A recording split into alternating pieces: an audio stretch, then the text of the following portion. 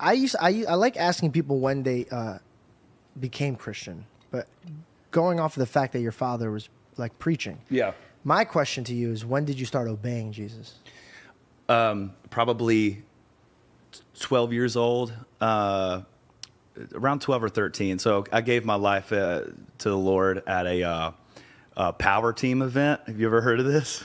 It's like these Like the mega youth things? strong dudes that are ripping phone books and like swinging people around in crowbars and like breaking bricks with, that's my goal. Actually, all the music's leading me building there. up to that. Yeah. I just need a few more years of working out. That pushed you over, huh? Yeah, Trust so the nudge, I they break guess. a bunch of stuff and they're like, give your life to the Lord, No way. And Dude, I've never heard of that.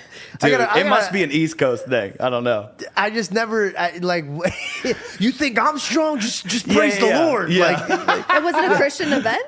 Oh yeah, So absolutely. all the work your dad Yeah, did never pushed you No, over. it was the power team. Okay, yeah, it my makes dad's sense. when my dad listened to this, he'd be like, Dude. it wasn't me. It wasn't my leadership.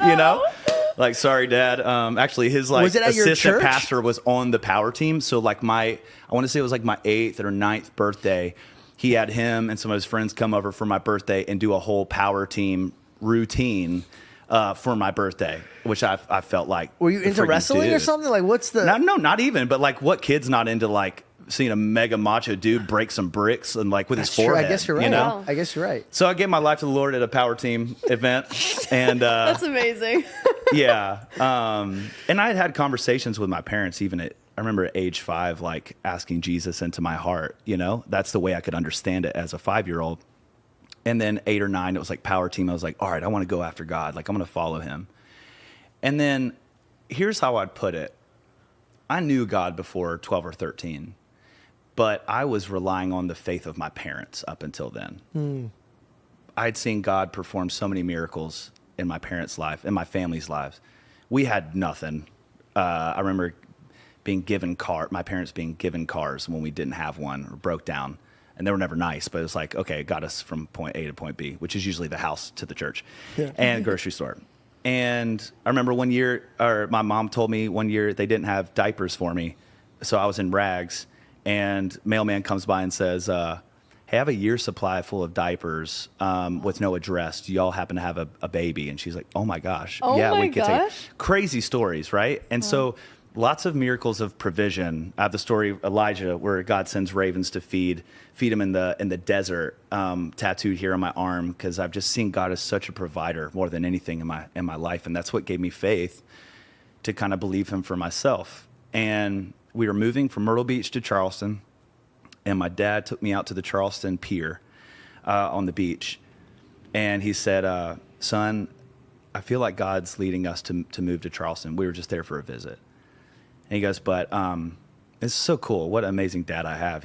I'm like 12 years old, and he's like, he goes, I feel like God's calling our family to go to Charleston, but I want your blessing, and I want you to ask God. And I remember being like torn apart because all my friends, I was a popular kid in the area. Like I was friends with everybody. It was a tight community. It was awesome upbringing. And I was like, man, all of that's going to be kind of ripped from me. And then I just really remember like the Lord, I remember my dad saying, if what you feel like you may lose in this season, I do believe God's going to give you tenfold. And I remember in that moment, I was like, that's the moment where my faith became my own. And I had a conversation with God, and I was like, I'm going to trust you.